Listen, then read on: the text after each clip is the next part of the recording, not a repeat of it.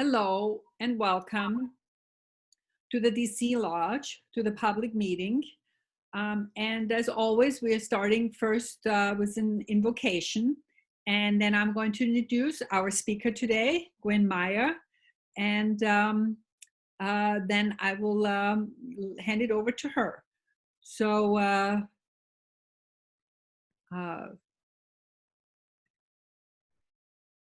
O hidden life, vibrant in every atom, O hidden light, shining in every creature, O hidden love, embracing all in oneness, may all who feel themselves as one with they know they are therefore one with every other. Okay, everyone, I'm very pleased to announce today Gwen Meyer. She has a PhD. She has over 40 years of postgraduate work in the areas of Jungian analysis, Gestalt therapy, child psychology, and educational systems. She has studied the works of Carl Jung, Helena Blavatsky, Master Joao Kuhl, and the authors of Esoteric Astrology. She has spent many years traveling and lecturing internationally. Gwen is retired and does private consultations. You can learn more about her on her website. And when I send you the recording, I'm going to provide her the link on there, and it's on the website as well. And then please welcome Gwen and go ahead. You can share your screen with us, and we're looking forward to your presentation. Thank you so much. No, I am. Okay, so when Susanna asked me to do this, it's hard for me. I'm just kind of go with where I come from with this. I've been doing this work with both Theosophists and Rosicrucians for over 50 years. I started when I was 27. I am now 77. So, and for those of you who know a little astrology, I started studying this in my first Saturn return. So that kind of sets the rule of law in astrological terms. Saturn is the law of karma. So as I progressed along, I've gotten less and less associated with academia. It occurred to me in the beginning that I knew some of this material when I would pick up Secret Doctrine, Joao Kuhl, Esoteric Astrology. And as I went along and studied the Mahatmas, the different authors, I was trained under some of the original authors on some of this, and some of the original people that followed through and did the writings and collected the writings and things of that nature on all of the areas. But what I've learned is your intuition is very valuable in all of this. And when you come to a point where you know something rather than you believe something, then you come to a point of balance with your intuition and knowing. Now, you can try to prove, I'm not here to prove to you the value of astrology, tarot, intuition, or any of that.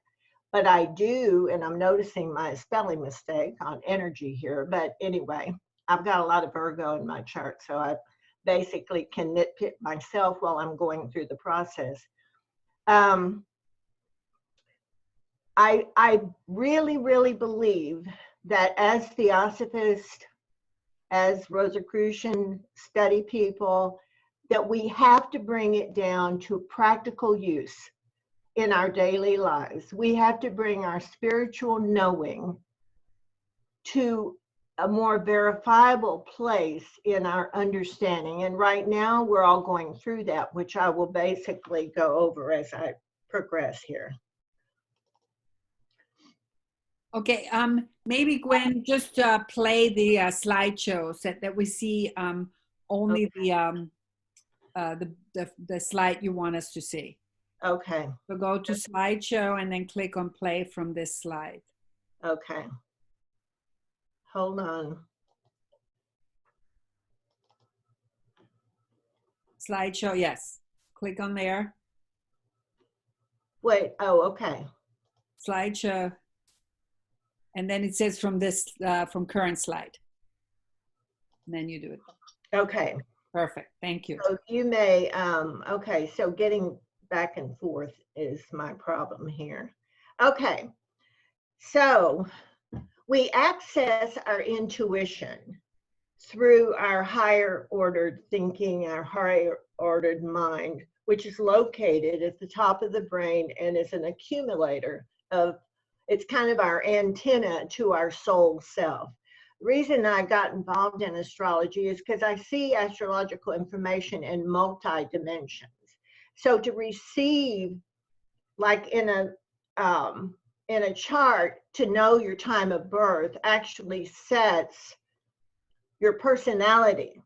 So the Gwen person is here, she will die, but her consciousness at a soul level goes on. So basically, it's about the chart arranging that, but you get a lot of intuitive understanding through your dreams. I do a dream group online, and this is proven to me. I've been doing dream groups for the last 50 years. So, you know, I've seen and accumulated a lot of information where you can see verifiable intuition through dreams, meditation, deeper understanding that moves you into a higher ordered mind. That is your goal, is to come from above your head. It isn't an intellectual process, so it comes in images. As you can see in this picture, you get images and you get figures and you get geometric figures and numbers. That's why dream interpretation on your own part is very important to get the messages. Now, Susanna, this is my problem. Oh, here it is. Okay, so all I did was hit it. Okay. So in ISIS, you notice we study a lot of the asteroids and some of the astrology, and this is the ISIS asteroid note. But if you notice above Isis' head, that accumulator that holds all of her intuitive knowing that comes through her body. And that is the point of that. You'll see it in symbology all over the world. This is just, I put a chart up here just simply to show you that there is a natural chart that we follow that has all the symbols, it has all the signs. The eastern part of our chart, which is on the far left in the middle, is the sunrise. The western part on the right-hand side is, in the middle, is sunset. So you're born during a certain time of day. Each house is a 2-hour span, but it boils down to degrees and understanding of how this moves. And in personality, you're moving counterclockwise through your planets.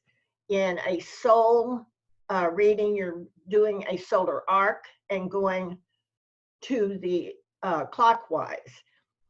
There's an excellent esoteric astrologer, William Meader, who does some great work for the Theosophists, and there are tons of good, very good esoteric astrologers. One of the problems, and I studied that to begin with, so my basis is esoteric, which only means going into the inner spirit. But what I was going to say is that first you have to deal with the personality. You have to get the ego out of the way. And we all have egos. We all have personalities. Our personality should be used to further our soul content. So right now, we're going through some major cycles.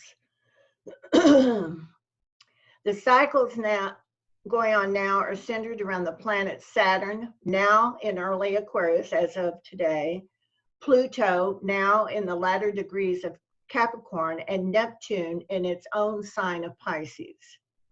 all of the current COVID-19 phenomena began in the world with an awareness in the US, I didn't put that, of manifesting January 12th.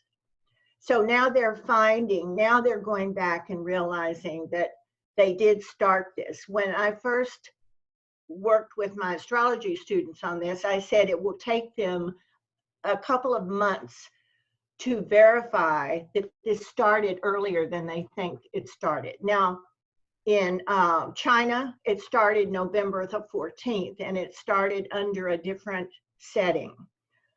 So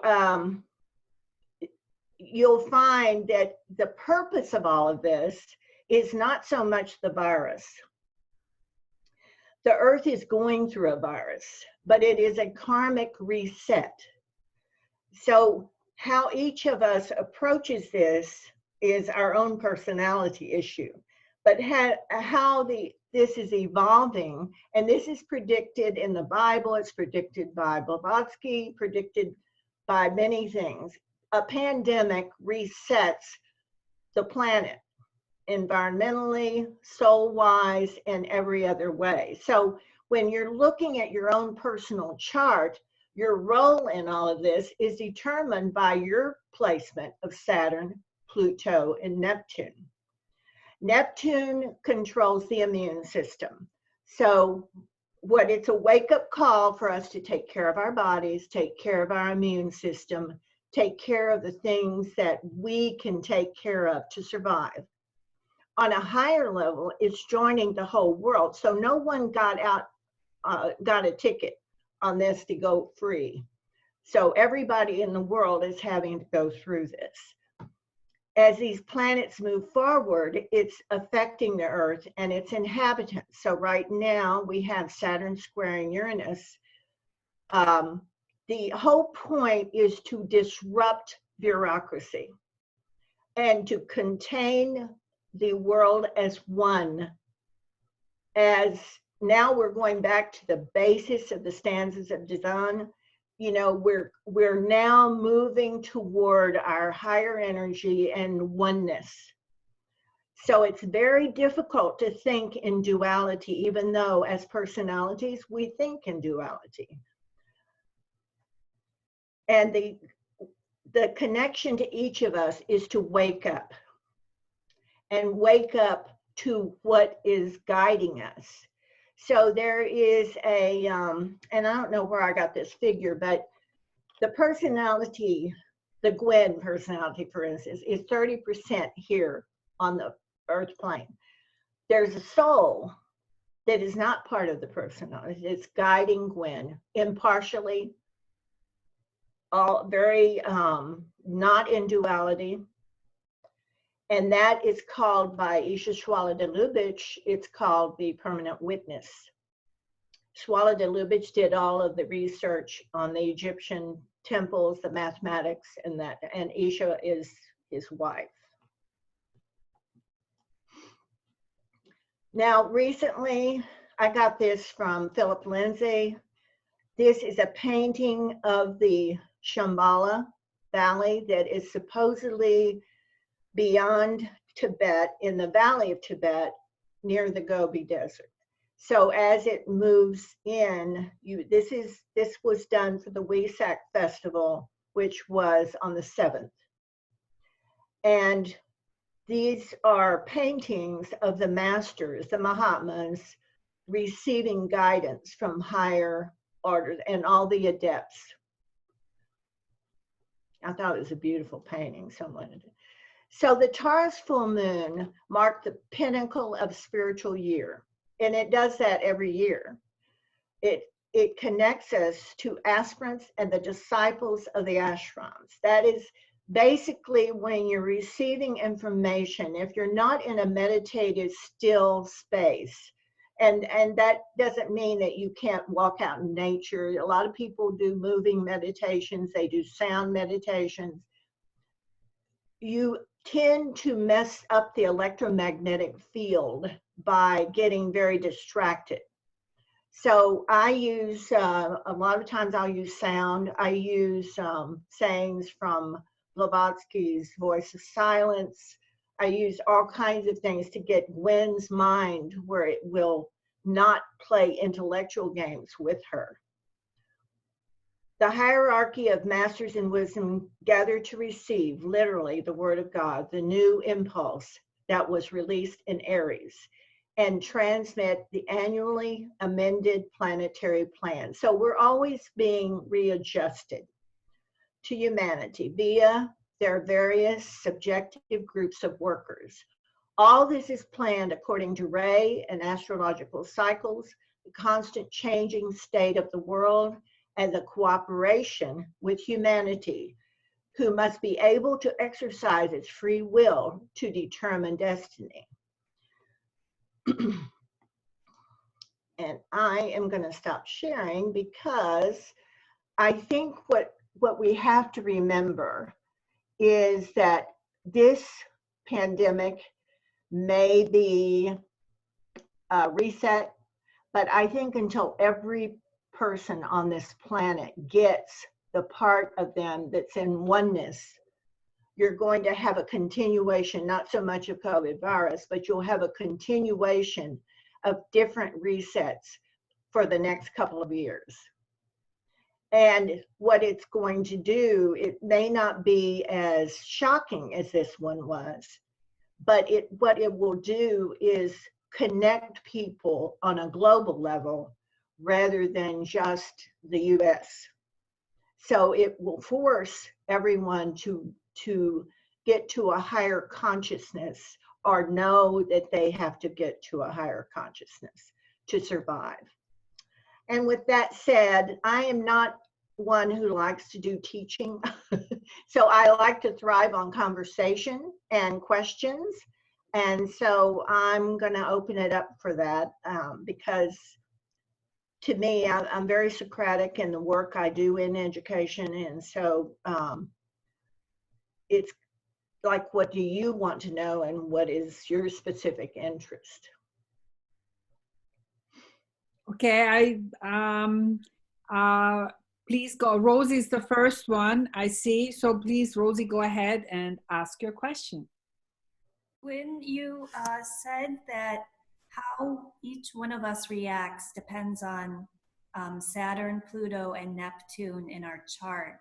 And you mentioned, I think, that Neptune rules the immune system. Can you tell us what, and if that's correct, can you tell us what Saturn and Pluto tend to rule for us? Well, first of all, those are outer planets. So wherever Saturn is your, well, by the way, let me tell you, those people born in around 1946, there are people born with that Saturn-Pluto conjunction, a whole generation of that area. And so they know how some of this, so we have now a president who also has a similar conjunction. So we have people who more naturally can go with this. Saturn is the law of karma. So wherever it is in your chart, it is where you learn how to discipline yourself. So each of those houses and each of the connections has a multitude of meanings. So there isn't one flat answer. The first Saturn return happens between the ages of 28 and 30. The second one, 58 to 60. The last one is 86 on. So every return is an upgrade of your own karma, depending on how you dealt with it. If you have not dealt with the discipline, then the law of karma forces people around you to affect your external world so that you do learn to discipline that area of your chart. Does that answer your question, Rosie? The Pluto is, and these things have to be exact conjunctions with you. It doesn't just flow through your chart, but some of you are being affected much more than others. For instance, if Saturn exactly conjuncts your moon, then it's going to affect the way you nurture yourself, take care of yourself. It affects your communication with the female or the feminine in the life. the female archetypes, beginning with the mother, the grandmother, etc. Saturn oftentimes is related to the grandparent. Pluto is another story altogether. It purges whatever it hits in your chart. Now, in my class, in Susanna's part of my class, I have them do transits all the time, especially the new moon, full moon transits. So they keep their charts with the transits around those charts to see, because if you hit Pluto purges whatever it hits. Right now in the USA chart, it's purging our economic system, and you can see it. And it's purging the bureaucracy in the government. It's not purging the government, it's purging the bureaucracy and the establishment. So, and for whatever reason, Neptune is about health, immune system. It's clouded vision. The Neptune really played a big part in this COVID-19. What they're going to find, I think, in this COVID is there's going to be an RNA factor that goes into the rearranging of the whole system of the body and how the cells in the RNA, that's just my hunch, because this goes deeper. It's not so much the danger. Like they could have basically shut down all people who would be amenable to this, like people with heart problems, people with lung problems, pneumonia problems. That is all Neptune. So it's a rearranging of that kind of system. And when it's in your, you just watch out for your immune system.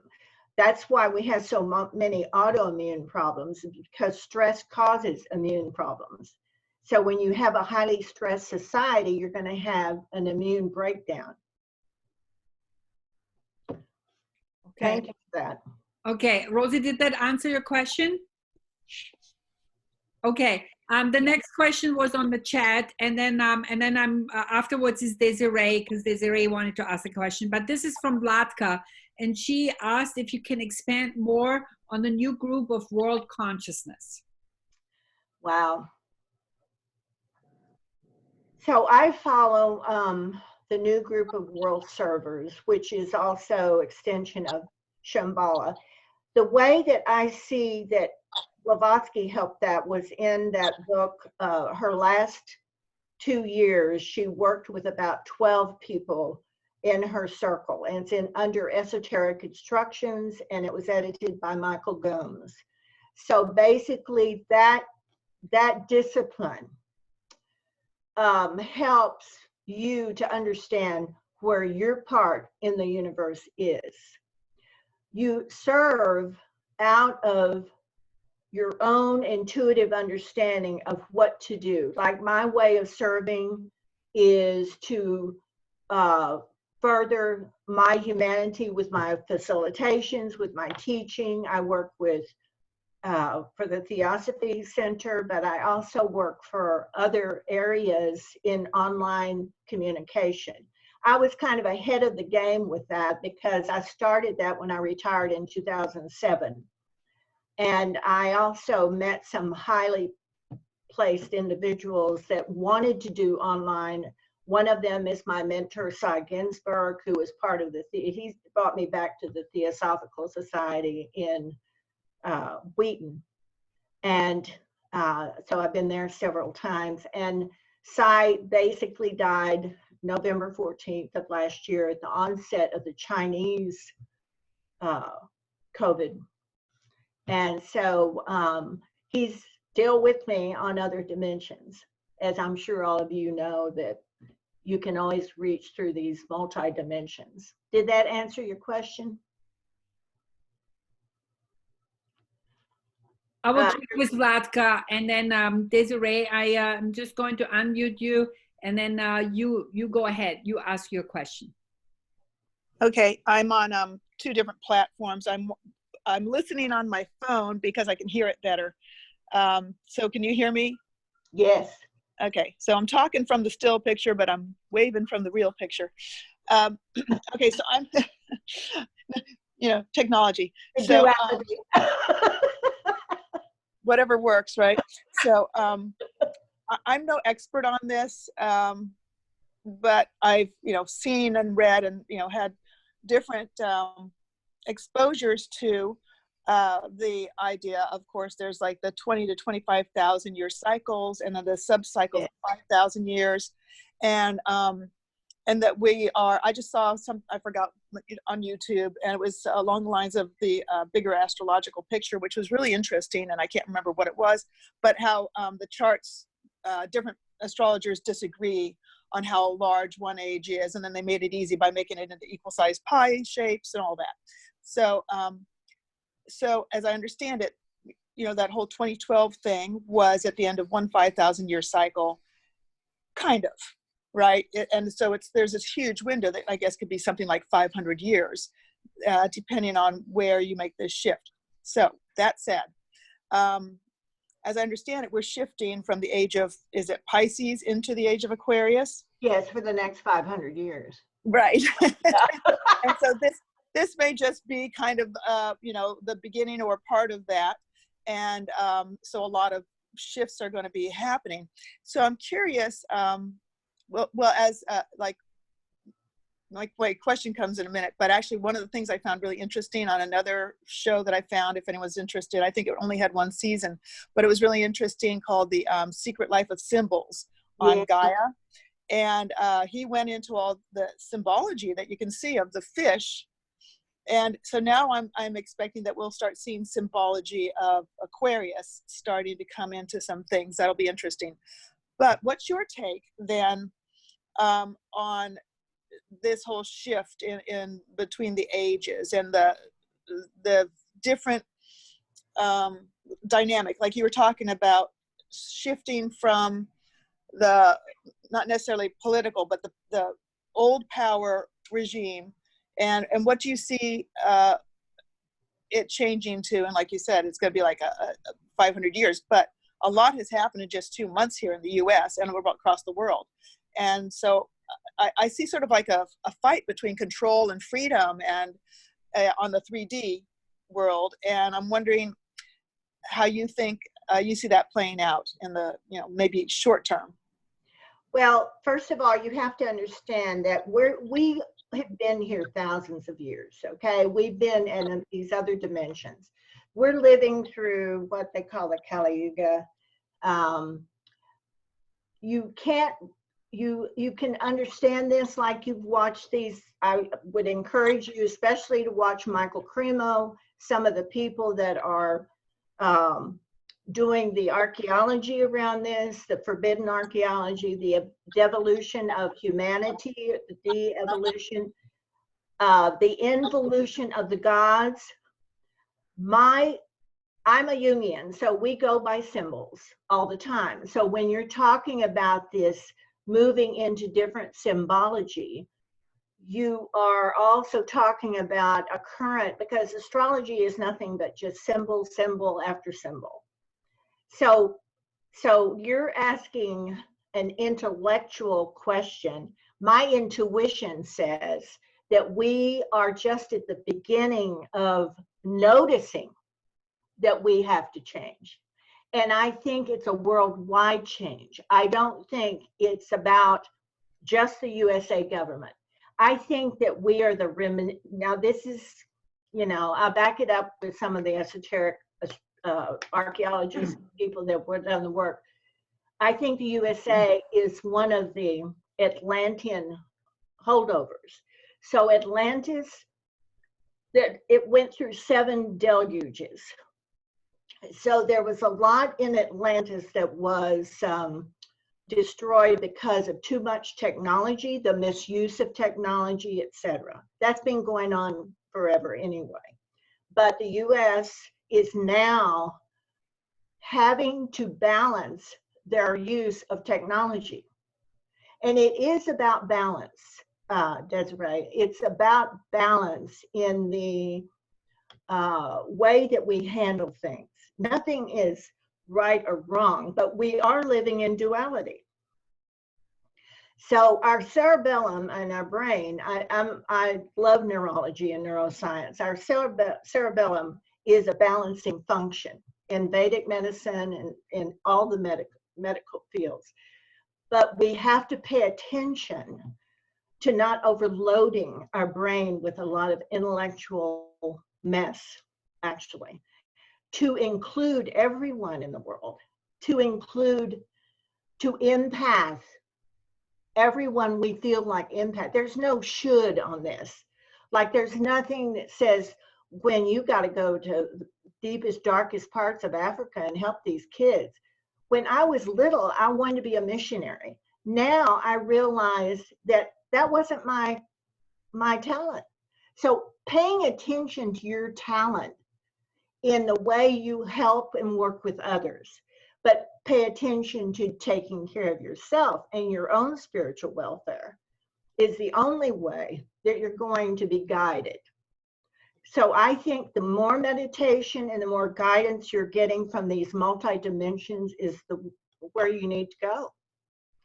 I know I didn't answer your question, but we're in transition. But that transition is going to be,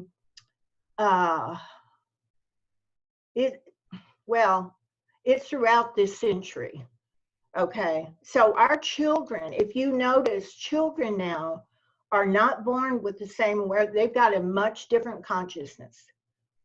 And so every big generation will bring an enlightenment that we can only look back on and say, thank God somebody came in here. So you know, if you notice people under 25, they could care less about government. You know, they don't even want to vote. You know, they go, why should we vote? We don't even, you know, there's nothing that relates to them. But when they take over, that's when you'll see a big world actually change. Because we're dependent on the rest of the world, no matter what people say. So does that answer you at all, Desiree? Okay, Desiree, I just unmuted you. Yeah. Okay, Desiree, does it answer you? Mostly yes, partly. I think it's one of those, yeah, it's just in transition. And Yes, and you have to investigate, Desiree. You have to stay with your YouTube production, read a lot of, I listen to Manly Hall, I listen to Blavatsky, I listen to Michael Cremo, I listen to Ian Stevens about reincarnation. I watch all the Theosophical productions. So, you know, at this point, it's Gwenology. You know, it's like I've got it all jumbled in my head, but I understand what I'm doing. So. Okay, thank you so much. So the next two people are Ed and then Barbara. Weed wanted to ask something, and then I have a question from the chat. So Ed, go ahead, unmute yourself and go ahead, ask your question. Hi, Gwen. Hi, dear. So Jupiter is in the mix now. Yes, yes. Can you say something about that? Yes. So the Star of Bethlehem was a conjunction of Saturn and Jupiter. Saturn and Jupiter. At the end of this year, Saturn and Jupiter will again be conjunct. So what did the Star of Bethlehem, and I'm asking you, Ed, because you're, you know, what did the Star of Bethlehem say to the Persian astrologers, the wise men who traveled to that area? What was that significant of, besides the birth of, it's the birth of the Christ consciousness, actually. So, Ed, I want to know what it says to you. Well, you know, just like you said, it's said to seek Christ consciousness. And what does the Christ consciousness say about humanity? Well, like you said before, it's about oneness. Yes. And your place in oneness. And it is about the rays of consciousness. When we talk about, and Pablo is doing a great work on the keys of Theosophy and Blavatsky's way of looking after death. I see it in Vedic terms like she's talking about, but also I think we live in these dimensions anyway. Okay, so I think what's happening is we're clearing the earth plane, but we know in these, if we allow ourselves to go into these other dimensions, which basically takes us out of what Ray was talking about, where you're looking at, we can see we're going through a cycle, but on the earth plane, we're going through a definite cycle that we feel in our bodies, in our personality. So that we're in duality here, whether we like it or not. But we have a part of us that is guiding us in our meditation, guiding us through the Mahatmas, through the adepts. They're busy up there, working. Saturn and Jupiter play with each other all year long, but they come into this exact space around Christmas. And that is the message. Does that answer your question, Ed? Sure. Okay.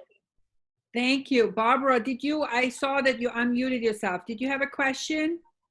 Yes. Go ahead. First of all, thank you, because I can't tell you, I've said to people that we're leaving the Piscean, that is it true the Earth goes through the astrological chart backwards from your personality. Is that correct?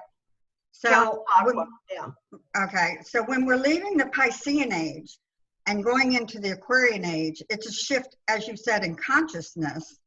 And the way I see it, I don't know if this is right, is that Jesus introduced the Piscean age where we all sort of went into these little groups and learned and matured. And now as we move into the Aquarian age, which I guess what you're saying takes years and years, hundreds of years, but we're starting to see a shift in consciousness to, I like to describe it as Paul McCartney's song, Imagine. Yeah. Imagine no borders, imagine no religions, imagine. So, I mean, I just want verification before I say this to anyone else that I've got that right, because they look at me like I'm nuts. I want to say something before you go on, though. If you notice this cross, it is, if you take just the black part down here, it turns into an equilateral cross, which is a balance. So when you have a chart, you're born into the cross of matter, which is an equilateral. The Piscean age was a cross like the Christ cross, the sacrifice. So Jesus, the man, was teaching you how to sacrifice. So the Christianity, which we follow here, which is only 2,000 years old, is not about balance, but sacrificing. That's at Neptune, that Piscean age. So now we're in a point of balance, which is Aquarian.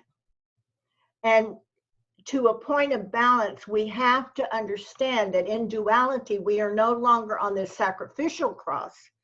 We are now having to look at our polarities, our oppositions, and balance with that. And that goes in communication, understanding, the whole thing. So you're saying the Aquarian age is more about getting more balanced? Yes. Is that what you're saying? Well, the Piscean age was not about balance. It was about sacrifice. Right. So, so we are moving to balance.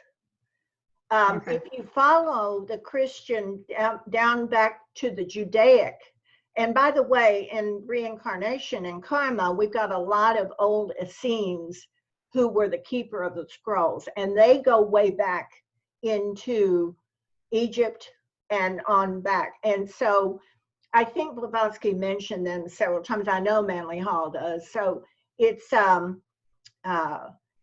you know, one thing that's happened to my mind is I can no longer recall exactly where I got the information, but I know I got it. So I work with people that know what page to look at and the whole thing. But it was just like the messaging right now will come through clearer through the electromagnetic field. And we've been clearing up the electromagnetic field because our environment cannot take the onslaught of all the interference with the air and because that messes with the electromagnetic field. So this is part of this coronavirus, which you can think of it any way you want, but it's clearing up the atmosphere, whatever you say. So therefore it clears the messaging. So when you wake up between 2 and 4, 2 and 5 in the morning, you can rest assured you're being contacted. To me, that is the most important thing is, and they don't, the energy is not contacting through language. It's contacting through symbols. And then you get up the next day and you have an urge to do something. Kind of, if it's instinctive for you to do that, do it. If you have to, you know, like sometimes, because Cy died November 14th, and I went through, oh my God, I thought, what am I going to do without him? You know, and what am I? Well, since December the 1st, he has contact, I can feel his contact. So I get up and start writing. Sometimes I get up at 4 in the morning and start writing because I don't know what he's saying, but I know what I meant to do. Okay. Thank you. Thank you. Okay, the next question was on the chat, and it's from Ria, and she asks if you can explain more what you mean by Pluto purging. Does it just purge the negative? What sign controls? And she also asks what sign controls the economy or rules it? Pluto controls the economy. It's the 8th house controls the economy. 8th house is investments, the stock market. 8th house is transformation, death. It's ruled by Pluto. And Pluto purges attachments of the ego. It does not purge what you need. It purges what you don't need. And that's where you have a trust. That's where you have to come to a sort of trust with all of this. Does that make sense? Yeah, thank you. For some people, it's very harsh. I watch President Trump's chart, and I look to see where his Pluto is almost, you know, and it moves very slowly. So it only moves 1 degree, 2 degrees back and forth all year. So it's not like it goes zip through, you know, you feel it. Very few people will not purge what they need to purge, no matter what. And when you don't purge, can that lead to death? Or No, it goes into the body, leads to a lot of initiates have a lot of body pain because they can feel the pain of the purging of humanity. And so a lot of people in an initiation process are getting sick. They can feel, especially in the spine, especially things that derive from the spine. Like, okay, so it brings up too another thing. Many of us in the spiritual world are empaths. We take on the emotion of other people around us.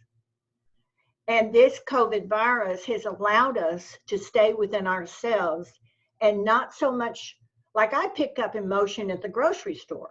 If people are angry or, you know, I just pick up all that chaos. So I've learned how to boundary myself. Saturn helps boundaries, but Pluto forces boundaries. And that can happen in a family as well. You learn how to, I do coaching because I'm no longer, I don't work with as a psychologist, but I still do, but I'm doing coaching. And I work with husbands and wives who need to boundary themselves. They need to realize that their husband or their wife is going through something that is their responsibility to listen, not to sit and give advice all the time.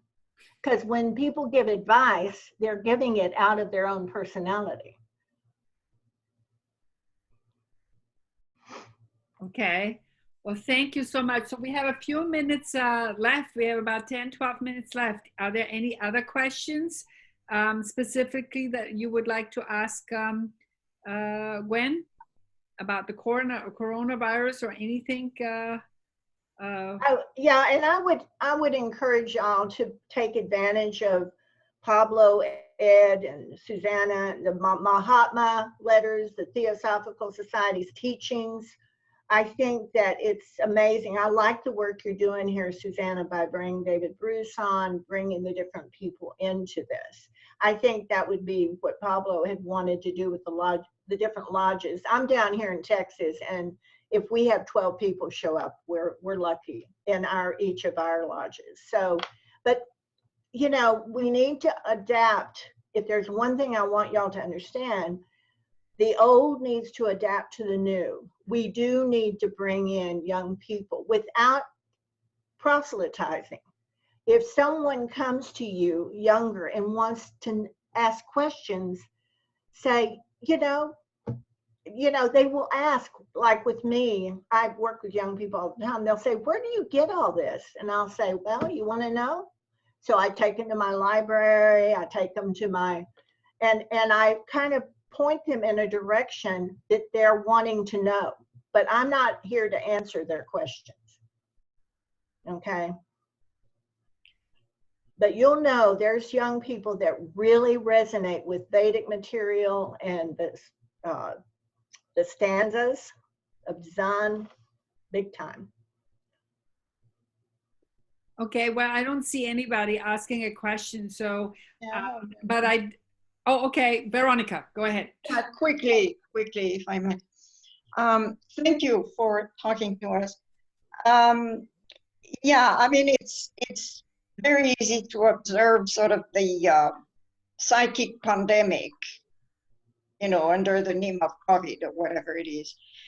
And the changes, particularly I like what you say about younger generations, but do you intuit that we are going to be able to recognize guides in practical terms? I'm not talking about a world savior, I'm not going that way, but the actual people who will make the practical changes happen.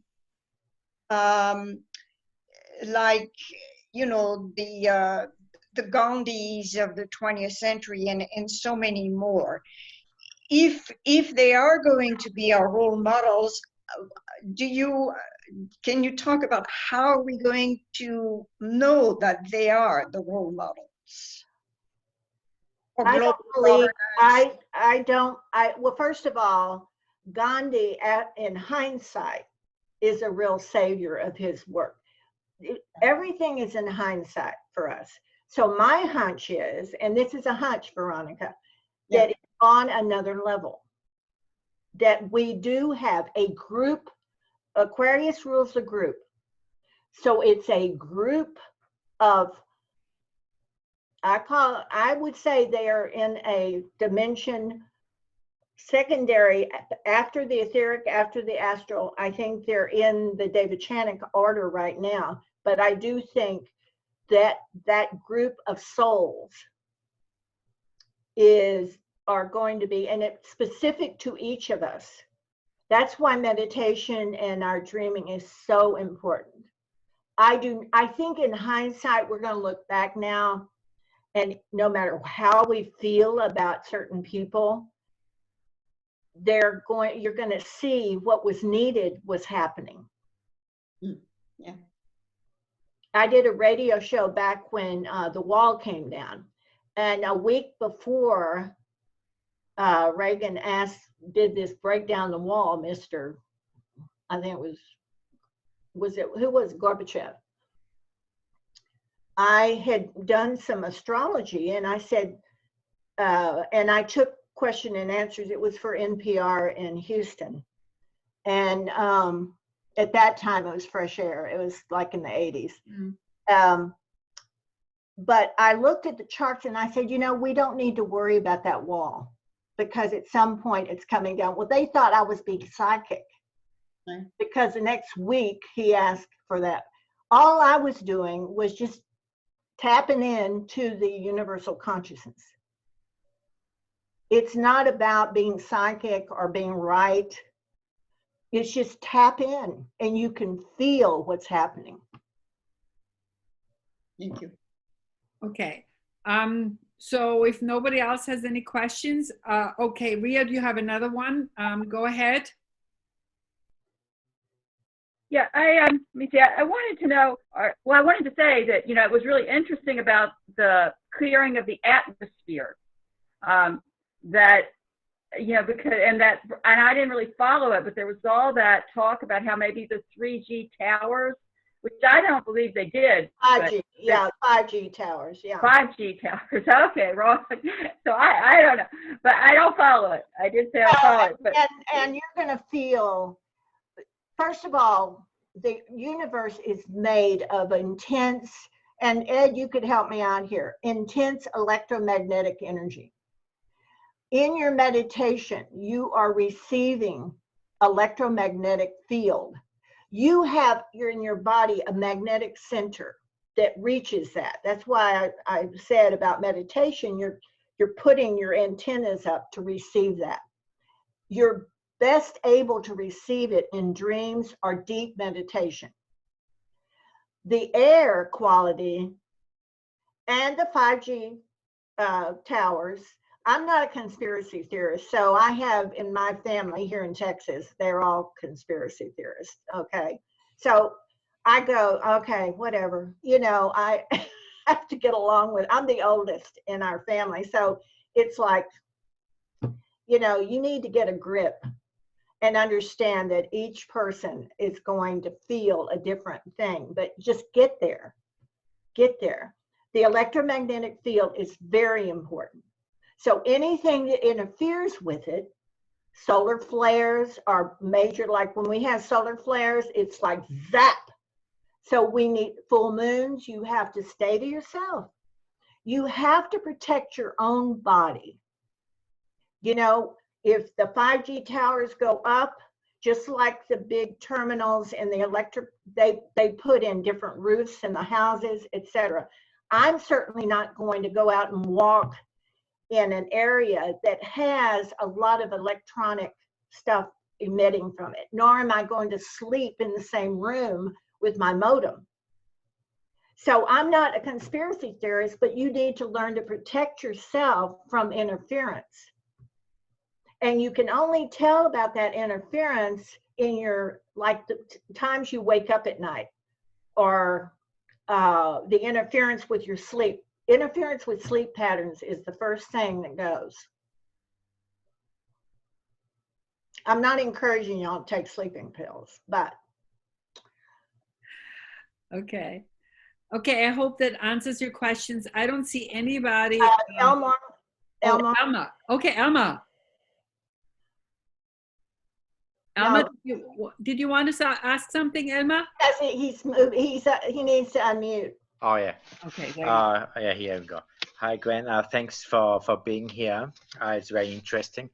A bit overwhelming because I just don't know enough about any of the astrology, like very bits and pieces. So, but anyway, I'm really interested in what you said about like the sacrifice, the Pisces age, and the balance, and I sort of have trouble picturing it. Is it in some way that this system will replace the other, or is it on top? So the way of sacrifice is not really relevant anymore. And can you? Okay. I think I understand what you're saying. So in a let's say you're in a relationship. Yeah. And you're always having to give over to the other person in the relationship. That's a sacrifice. But let's say you're in the same relationship and you hear what the other person says. You come from maybe the opposite end. There has to be a compromise, a balance. That's the difference. When Neptune is about sacrifice, it means that you're enabling another person to take advantage of you and your system. It runs the whole empathic world. And I can't think of the authors that have done some recent work on emotional empathy and how that can really cause you to sacrifice. There's some great people out there that are writing some terrific information on how to deal just with what you asked. So Okay. just look at your relationships with other people. If you're constantly letting them take advantage of you and what you do, then you're sacrificing. I sort of disagree a little bit with it, because I think maybe I have lived a long, many years along this finance, like giving in and all these things.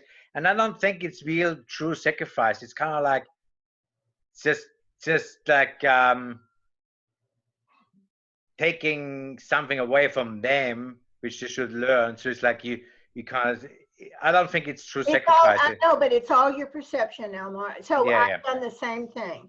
Okay. And I feel very strongly that I have not really hurt from all of what I've done. And I used to take in children that were abandoned. I used to work in the criminal system. I worked with people, you know, children especially, who were put in, but it wasn't sacrificing, you see. But I balance, everybody's each to their own about balance. It's how you live in duality. And Ed did he's not on anymore, but Ed did a great long-term lesson for the Theosophists on duality, on living in duality. And what about, this is more like the personal, but what about in the more like global way of, you're going to mirror that globally. So everything that's going on in you, you're going to see out there as well. Okay. Oh, thank you. Suzanne, you're I'm muted. Okay, is there anybody else who would like to ask a question? There's one thing, I think that you really emphasized listening to your intuition. And it's, as Alma pointed out, astrology is a huge topic and it takes a long time to learn. And even the astrologers who give advice, very many don't know. But you but you showed, so this is the last question. You showed a card, which I know is from a tarot deck. And I have made the experience that tarot can also help. It just can, if you, and it's much, it's less time consuming and not as complex as astrology. And it can also confirm your intuition. I think sometimes what the problems that we have is, well, is it right what I'm feeling? Is it the correct thing? And then when you have either astrology and you know about it, or you have tarot cards, then you can say, oh, that's true, or it might give you a different perspective. Can you just— Exactly. And what you want to do, because you've got to discern whether your intuition is just your imagination or what to do with it. I use the I Ching. And I do this all day long. I use astrology. I use the tarot. I pull 3 cards on the tarot. This is my question when I ask it. What am I to do with this information? You know, because I need to discern if it's imagination or am I getting some messages here? And all of it is symbology. So it will give you symbols that either tweak your verification of this or not. You see, so if my imagination can go wild. I mean, I'm a great drama queen. You know, I can just go, I love the movies. And I want to say something else. When you study spiritual work, you don't do it all day long. You have got to do some things that you just enjoy doing, whether it's watching mysteries. Carl Jung used to go to bed at night reading mysteries, English mysteries. and to get his head out of all of that, you see. And I think if you really look closely at all those people that facilitate these great groups, they have whole times where they just go to the movies, relax, do something stupid, you know, just don't give yourself away, you know, because it can get too intense. It can get too intense. Does that answer your question? Yes, and it was a wonderful advice to not overdo it, right?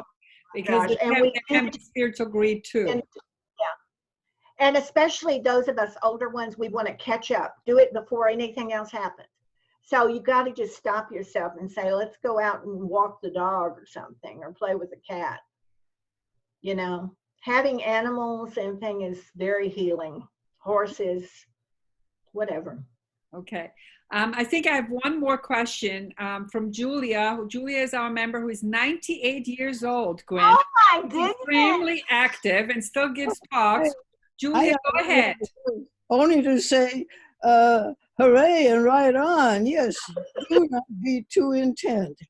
No. One of my problems all my life is I try to do the right thing. What is the right thing? What is the right thing? And the two greatest good things I ever did, I was not going to do until my mama said, oh, go ahead and do it. Yeah. Because I didn't know which was right. I had the same mom, Julia. My mom they never said, you know, Gwen, you're just living in another world. She'd say, just do whatever you're going to do. Mm-hmm. Just remember that you're the one doing it. So, you know, it's like accept your consequences and go forward. So I love it. Thank you, Julia. Last word about not taking it all too hard. Oh, yeah. Yeah. Thank you.